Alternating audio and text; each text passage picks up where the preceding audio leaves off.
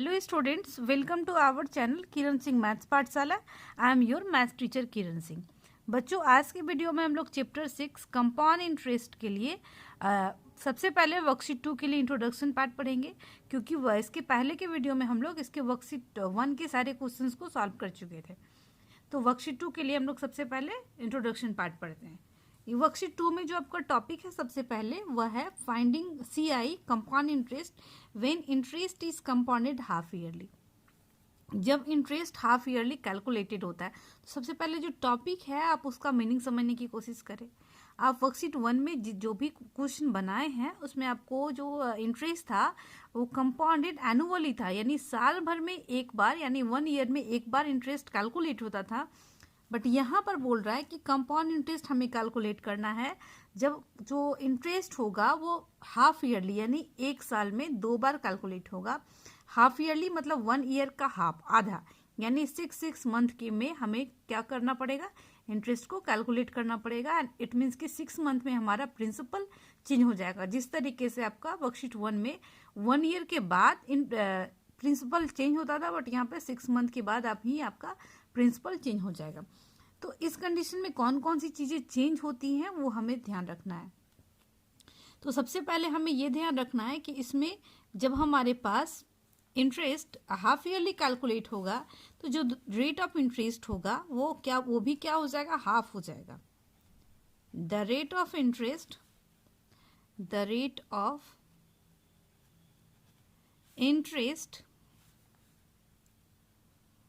Is R% per annum. अगर interest हमारे पास R% per annum दिया हुआ है then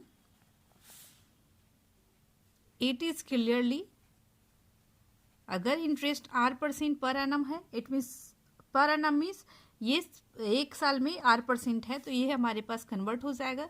it is clearly R/2%। ये रेट ऑफ इंटरेस्ट हाफ हो जाएगा क्योंकि साल भर में 2 बार हो रहा है, पर इसमें हाफ ईयर लिखेंगे।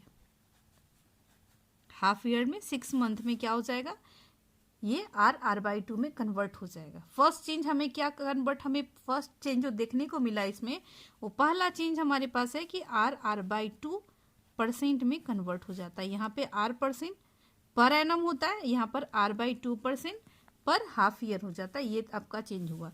नेक्स्ट जो चेंज आपके पास देखने को मिलेगा वो आपका चेंज होगा कि जो टाइम है वो भी आपका चेंज हो जाएगा। Time is also changed into the number of half years। जो भी टाइम होगा वो हाफ ईयर्स में कन्वर्ट हो जाएगा। फॉर एग्जाम्पल के लिए अगर आपके पास 2 ईयर्स है तो 2 ईयर्स इक्वल टू क्या हो जाएगा, एक साल में 2 हाफ ईयर, तो 2 साल में 4, इट मीन्स आपके पास 4 हाफ ईयर्स हो जाएगा। तो इसी तरीके से अगर आपके पास n होगा, एग्जाम्पल में अगर n ईयर्स है तो ये आपका कन्वर्ट हो जाएगा 2n हाफ ईयर्स। अब हम लोग 2 से मल्टीप्लाई क्यों कर रहे हैं, क्योंकि एक साल में 2 हाफ ईयर होते हैं। 6 मंथ प्लस 6 मंथ, 2 बार आपके पास 6 मंथ होगा तभी तो 1 ईयर कंप्लीट होगा। तो यहाँ पर n ईयर्स है, n की जगह पे 1 2 3 4 आप कुछ भी पुट कर सकते हैं। मान लीजिए आपके पास 1 ईयर है तो ये क्या बन जाएगा, 2 into 1, it means 2 half years. आपको पता है कि एक साल में 2 हाफ ईयर्स होगा, 2 6 मंथ मिलकर के 1 ईयर होता है। इस तरीके से ये सेकेंड चेंज हुआ आपके पास। थर्ड जो चेंज हमारे पास आता है वो amount of first half year. जो फर्स्ट वर्कशीट 1 में जब हम लोग क्वेश्चन बना रहे थे उसमें क्या कर रहे थे, फर्स्ट ईयर का जो अमाउंट था वो सेकेंड ईयर के लिए प्रिंसिपल का काम कर रहा था। बट यहाँ पर अमाउंट जो फर्स्ट हाफ ईयर का जो अमाउंट होगा वो सेकेंड हाफ ईयर के लिए प्रिंसिपल का काम करेगा। तो हम लोग लिख देते हैं amount after first half year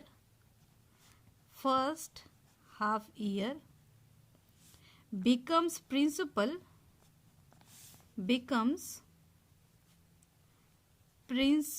for next